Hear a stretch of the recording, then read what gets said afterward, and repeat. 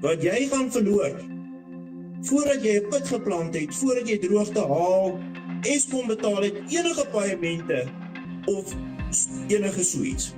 So verduidelik vir my, hoe wil jy suksesvol volhoubaar boer?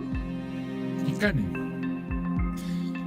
Jy kan, as jy nou daai selfe som maak, en die megaboer sit aan die ander kant van die tafel, want hy onderhandel anders.